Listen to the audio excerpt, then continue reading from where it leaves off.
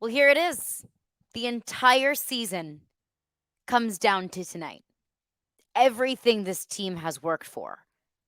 All the hard fought games and the late nights and the hot afternoons and the cold evenings. It all comes down to winning a championship tonight. You are Locked On LSU, your daily podcast on the LSU Tigers. Part of the Locked On Podcast Network. Your team every day.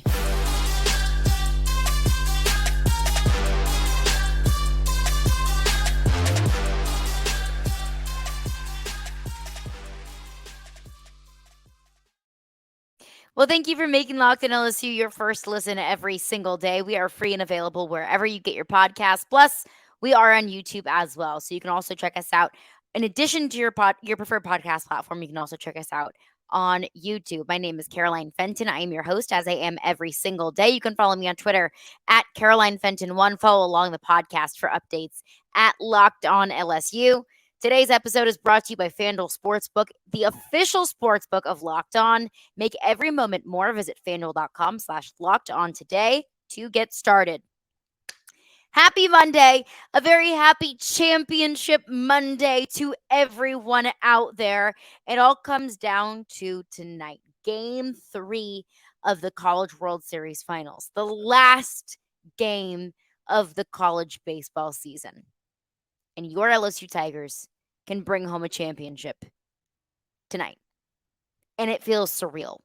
And all throughout today, I've been trying to play it cool. I've been trying to focus on it, doing my job and being a human. But every time I think about this game tonight, my stomach drops. I get queasy in equal parts absolute dread and excitement. It's the weirdest mix of feelings that you're probably feeling too, knowing that this entire season, all the hype this team has gotten, rightfully so, all the accolades that these individual players have gotten. Dylan Cruz, Golden Spikes Award finalist, winner as of yesterday. Paul Skeens, pitcher of the year, number 1 recruiting class, number 1 transfer portal class. All of those accolades, it comes down to winning the big one. Because all of those accolades are simply just accolades without a national title.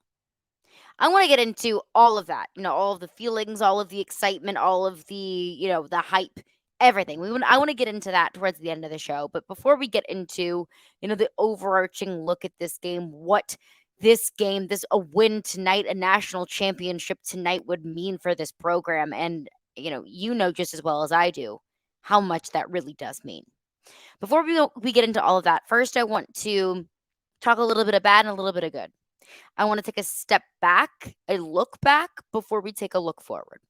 So before we do that, a little bit of a recap of some of the action that we have seen since the last time we talked. I mean, the greatest college baseball game that I have ever seen in that final game against Wake Forest. The 2 best pitchers in America. You can make the argument, 2 of the best pitchers. I would make the argument that it's the 2 best pitchers, Paul Skeens and Rhett Lauder, on the Wake Forest side of things. Those 2 pitchers, the 2 number 1s going head-to-head in what I thought were the 2 best teams in college baseball. That's no disrespect to Florida. I thought Wake Forest and LSU were the 2 best teams in Omaha. It came down to 11 innings, and it came down to an extraordinary defensive play from Trey Morgan at home plate. Really kind of, rectifying that last play at home plate. The last time LSU played Wake Forest in that first game that they won, the first game that they lost against Wake Forest that bumped them to the losers bracket, where Trey Morgan was called out at home. So a little bit of poetic justice there. That came down to a 2-run bomb, a walk-off homer from Tommy Tanks. I mean, it was a storybook ending, and it's a game that I believe that we're going to be talking about for a very, very long time. Not just us as LSU fans, but it's a game that I think college baseball fans are all going to be talking about for years to come. That college baseball fans are going to be talking about as, man, oh man, where were you when LSU and Wake Forest played for their bid to the College World Series final? And then, we saw an extraordinary performance from Ty Floyd in Game 1 in the College World Series final. 17 strikeouts on the evening. I mean, Ty Floyd had a record book performance. So all of those good things. But I want to talk about something bad before we get into the rest of the good. And look, I feel like this is maybe before now was a point that was maybe a little bit overemphasized or unfair. But now I really don't have any way of sugarcoating it. And I really have no reason to hide my true feelings about this player. And that's Jordan Thompson. Jordan Thompson, so far in Omaha, is 1 for 30 at the plate. 1 for 30. In 30 attempts, 29 of them have ended in an out. In those 29 outs, 14 of them are strikeouts. In Omaha, Jordan Thompson, when he's up at the plate, it feels like an automatic out. It does. Let's be honest here. When Jordan Thompson comes up to bat, I think to myself, all right, so no outs, so it'll be 1 out after Jordan Thompson's up. So let's move on to the rest of the order to see what we can do from there. That's the point that I've gotten to. Maybe I've gotten there later than you have, but that's the reality of it. In 30 at bats, 29 are outs. You're an automatic out. You are what your record says you are. You are what your numbers say you are. But it's not just at the plate. And it's not just, a culmination of everything that we've seen so far in Omaha. It's specifically the defensive blunders that we saw yesterday in that game against Florida. Now, look, I will be the first one to say it. Jordan Thompson has made some heck of plays all season long, but really in Omaha. He's made great plays for you.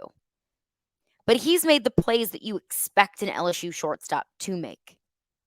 Yesterday, he was detrimental to the baseball team. Detrimental beyond just the plate. At the plate, if you're an automatic out, I can live with it. I can. I don't like it, but I can live with it. Jordan Thompson was responsible for 4 of Florida's runs yesterday. 4. And I know you're probably thinking, and you're like, Caroline, the final score was 24-4. And that was disgusting. It was a truly, truly, gut-wrenching game. But I don't think it gets that out of hand without the Florida Grand Slam and then the other extra run that Jordan Thompson was responsible for. Because at that point, it really seemed like Jay Johnson was waving the white flag. At that point, it seemed like Jay Johnson bent the knee and said, okay, fine, touche, fair. This game's yours. We are going to contain our resources for tomorrow. You guys go ahead, you run up the score, 18, 19, 20, 25, 27, 30, 35. Don't care. Score all the runs. Runs don't carry over. Doesn't matter. So I don't think it gets that out of hand without Jordan Thompson's defensive blunders. First of all, the missed double play. I mean, high school players make that play. There are some little league players out there that can make that play. If you're a shortstop at LSU, playing in the College World Series, you have to make that play. Double play there, the inning ends and game's still tied and very, very much so in play. But then that's not what happened. Jordan Thompson doesn't make the out. Grand Slam, Florida, 7-3. And then the next blunder, Jordan Thompson fields the ball at short, gets the out at second, starts to throw toward first, and then doubles back and throws to third, completely overthrows Tommy White at third. The guy at third runs home. It's now 8-3, and it's getting hairy. It's getting bad. 4 runs right there that he's responsible for. I would say 5, but I'm not going to put the 4th run of the Grand Slam on Jordan Thompson. That's not on him. I mean, he can't control that. That's not on him.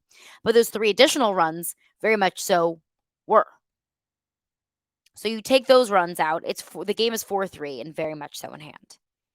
Jordan Thompson has been a liability in Omaha. He has done far more bad than good in Omaha.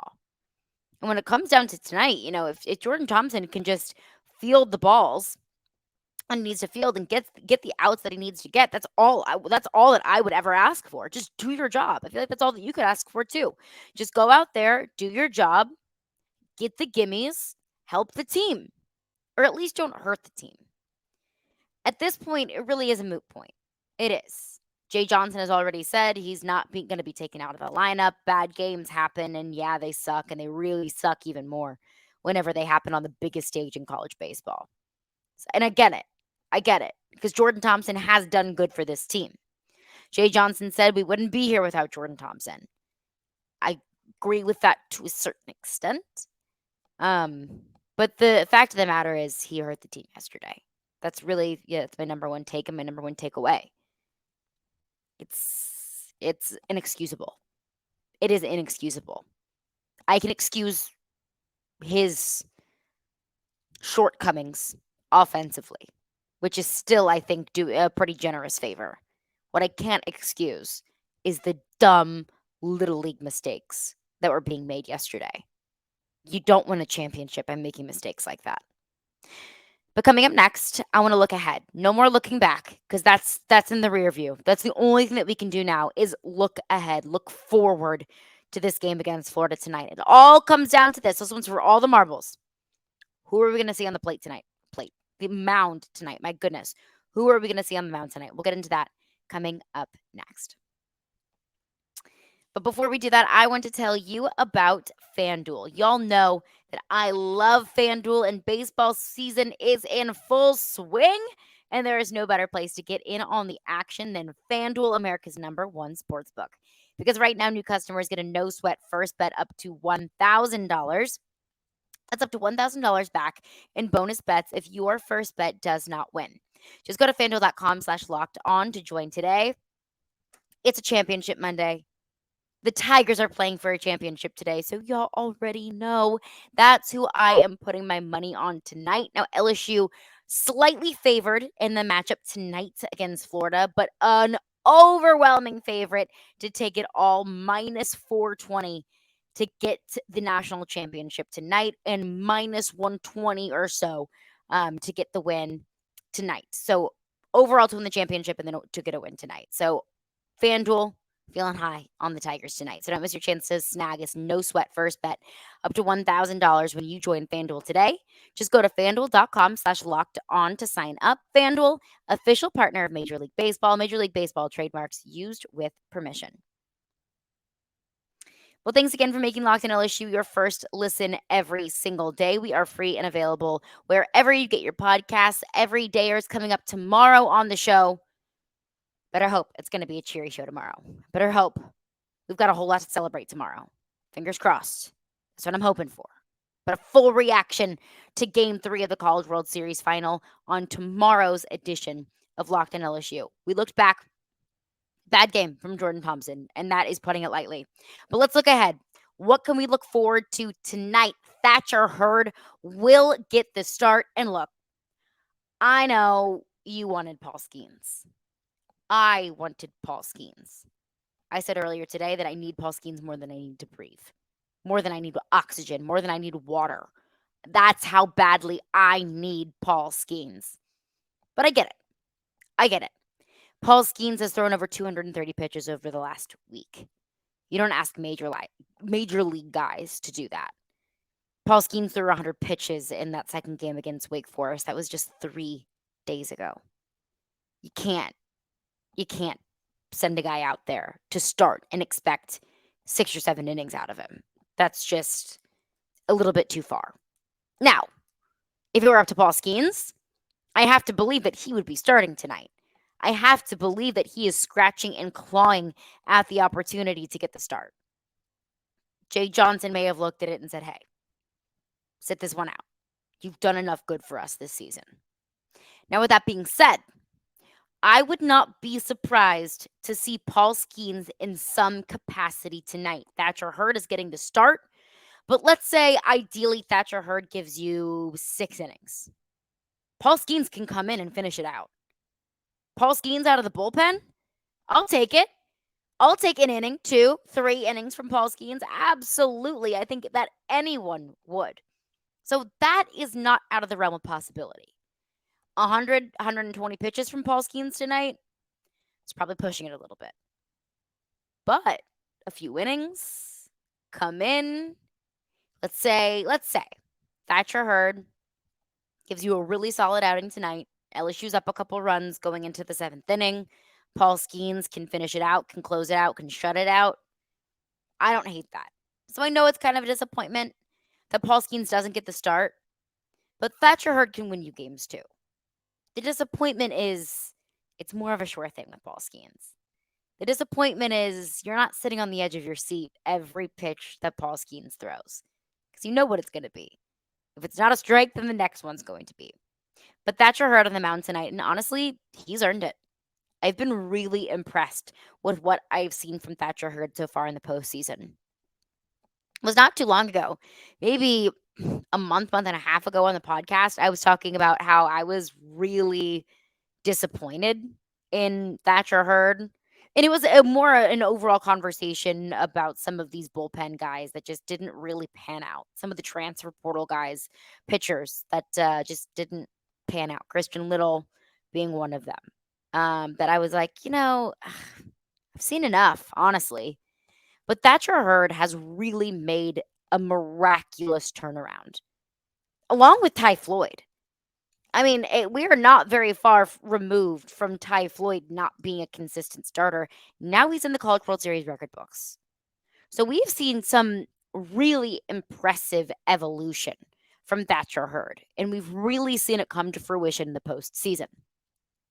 He came in relief in both of those, in two games, not both, two of the three games against Wake Forest. That first loss to Wake Forest when Ty Floyd got the start, and that second win against Wake Forest when he came in relief of Paul Skeens. He threw 3 innings in each of those games, and those 6 innings pitched across 2 different games, he gave up 4 hits, 1 run, and 6 strikeouts, again, in those 6 innings. So solid outings for Thatcher Hurd, but he's going to be asked to do a whole lot more than just those 3 innings of relief. But I think the most impressive outing that I've seen from Thatcher Hurd all season long, like specifically the postseason, all season long, and what I'm hoping that we get from Thatcher Hurd tonight is a performance like what we saw from him against Oregon State, that 12 strikeout performance that we saw in the Baton Rouge Regional. That is what I'm hoping we can get. Just to jog your memory, Ty Floyd started that game, and Ty Floyd was cooking. And then it was a weather delay, which PTSD from all of those freaking weather delays that we've experienced so far this postseason. Ty Floyd started, weather delay happened, Thatcher Hurd came in relief, and he was really, really solid in that game against Oregon State. So it's interesting, you don't go into this final game with the same amount of confidence that you would with Paul Skeens, but Thatcher Hurd has impressed. I think he's playing his best baseball right now. I think you're seeing the best pitcher of Thatcher Hurd that we've seen all season long. I wanted Skeens. You wanted Skeens. We could still see Skeens. But let me take this opportunity while we're on the topic of pitching, and I don't want this to come across as an anti-Thatcher Hurd take whatsoever because, I mean, take it, Thatcher Hurd. The national championship game is yours. Let's see what you do with it. And I'm pumped to see what he does with it. But let me take the opportunity to say that I think that the NCAA is doing itself a disservice by not adding more time in between the final games before the finals and the finals. I mean, every other sport in college sports, really, you have a week in between. You have a week in between the college football playoff games. You have a week in between the Final Four and the national championship game. And if it's not a full week, it's at least a few days. You don't get that in baseball. And because of that, we won't get to see Paul Skeens, the best pitcher in America, pitch in a national championship game. Can you imagine a Jack Caglione, Paul Skeens matchup? 2 Golden Spikes Award finalists going head-to-head for a World Series? For a national title? I mean, that's the kind of stuff that you write storybooks about. That's the kind of stuff that gets all eyes on your product. And look, I get it that would probably be a logistical nightmare. I don't know how you would deal with, a week in between games for the media, for all of the fans who've traveled. I get it. Not my job to figure out logistics, just my job to talk about sports. And all I'm saying is I think it is a shame that we don't get to see Skeens as a starter, in a starting capacity, rather. In a national championship series. It's a bummer. And it's because of the scheduling. It really is. In that same breath, you could say, well, win the games you're supposed to win, and he could have had more rest. And to that, I would say, touche. But coming up next, just my overall thoughts about the game tonight, the season as a whole. What a win tonight. What a national championship tonight means for this team. We'll get into that coming up next. Well, thanks again for making Locked on LSU your first listen every single day. We are free and available wherever you get your podcasts. Well, ladies and gentlemen, what a freaking blast it has been covering this baseball team throughout this season. And it all comes down to tonight. I remember very vividly, it doesn't really seem that long ago. Go back to February, going into the opening series of this season. LSU prepped and ready to start the season against Western Michigan when it's freezing outside. And I said going into the season, look, anything short of a national championship is falling short of expectations for this baseball team. And that's not something that I say very often, nor do I think I have ever said in my life. Because we know how hard it is to win in college baseball, especially in the most competitive and the most difficult conference in college baseball in the SEC. I know how difficult it is to win in the regular season. I know how difficult it is to get to Omaha. And I know how difficult it is to win in Omaha. That's why a number one overall seed hasn't done it in like 30 years. Because it's freaking hard. Tennessee baseball was the number one team in the country last year. They didn't even make it to Omaha. This is one of the most difficult, if not the most difficult trophies to win in all of college sports. Yet, I still had that take and I stood true to that take all season long, even understanding how hard it is. Because that's how good this team is. That's how much I believed in this team. Because I think that unprecedented talent calls for unprecedented expectations. LSU baseball will be the very first college baseball team ever to have two players go number 1 and number 2 in the MLB draft. I know it hasn't happened yet, but let's be honest. It's going to happen. LSU baseball, the number 1 transfer portal class. LSU baseball had the number 1 recruiting class. LSU baseball had the best pitcher in America in Paul Skeens. LSU baseball had the best player in America in Dylan Cruz. I mean, we're going to be looking back on this team, y'all, and we're going to be saying, man, oh man, was that fun. In 5 years, 5, 7, 8, 9, 10 years, when we're all on our couches watching Major League Baseball, and we see Paul Skeens pitching for the Washington Nationals, throwing balls to Dylan Cruz in a Pittsburgh Pirates uniform, we're going to be saying, remember when those two played on the same team? It's the same way that I talk about, the 2019 football season. When you look at the end of a Sunday, when you look back at the stats, if you check your fantasy team and you see what Joe Burrow did, what Jamar Chase did, what Justin Jefferson did, and you think to yourself, my goodness, all three of these guys played together in college? No wonder that was the best college football team of all time. So that's kind of how I think about this team. In fact, it's exactly how I feel about this team. Because while as LSU baseball fans, we're spoiled, and we know what it's like to have generational talent on our teams year over year over year, this team's different. This team's special. And that's why I said it was national championship or bust. And they have the opportunity to live up to those expectations tonight. They have the opportunity to enshrine themselves in history alongside not just the greatest baseball teams of all time, but the greatest LSU teams of all time. And to be completely honest with all of you, even though I have this sense of anxiety and nervousness, which is natural to come before a big game. Like I remember the morning of the 2019 national championship, I was about to throw up. I was so nervous. But I had the same kind of feeling that I have now. Nervousness, but confidence. Anxiety, but in the weirdest way, a little bit of comfort. because I have felt like this baseball team in Omaha, they've been playing with a little bit of magic. It really has. It seems like everything has kind of gone LSU's way. I felt like that loss against Wake Forest did something to this team. And ever since that loss to Wake Forest, LSU has unlocked something to help them win games. Against Tennessee, Nate Ackenhausen had never gone longer than 3 innings. He pitched 6 shutout innings and struck out 7 to beat Tennessee and to advance to play Wake Forest.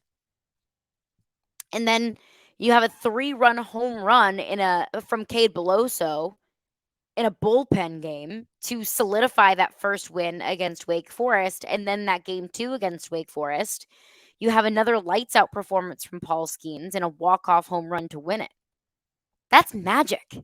That is baseball magic. That's when we say, how in the world can you not be romantic about baseball? That's what we're talking about. And then in that first game against Florida, the right things just happened at the right time. Another Tommy White home run to win it, and another Cade to tie it rather, and then a Cade Beloso home run to win it. And some more lights out pitching performances. Ty Floyd, writing his name in the record books. 17 strikeouts from a guy who at the beginning of the season didn't even have a starting job. The positive juju that has surrounded this team really in the last week and a half, it feels special. And it feels like it's all kind of culminating into happening tonight. And look, I know yesterday was bad. Yesterday was ugly. Yesterday, I just threw my hands up and I can't watch this game anymore. I mean, this is just disgusting. But weird things happen. Runs don't carry over to the next day. Like Dylan Cruz said, they've already forgotten about it. That's behind us. We're on to the next day. So, you got to swing the bats. You got to pitch well. Can't make little league mistakes. And you got to get 27 outs. And then you can call yourself national champions. And that's pretty damn exciting. LSU is building something special at this athletic department. Kim Mulkey won a national championship in her second year. Jay Johnson is 1 win away from a national championship in his second year. Knock on wood, I don't mean to jinx it. But the football program is doing. Brian Kelly has success in his first year, poised for even more in his second year. Some special stuff is happening over at LSU. And a championship today from this baseball team just proves it even more. That's going to do it for me today. I'm hoping tomorrow when we chat that it's going to be a really happy and excited and overwhelmed kind of chat. I'll be taking all of your comments, questions, anything that you have. You can send those in on Twitter or you can comment them below on the YouTube page. Regardless of the outcome, whatever happens, I want to hear from you because it's your day. It's your day to react to this unreal season that we've all been fortunate enough to watch. I'm just hoping it's a positive one. So we'll get into that on tomorrow's edition of Locked on LSU. Enjoy the game tonight. Be safe. Have fun. Have Jello shots for me at Rocco's. Shouts out to Gordon McKernan. Appreciate y'all. Let's get a natty tonight.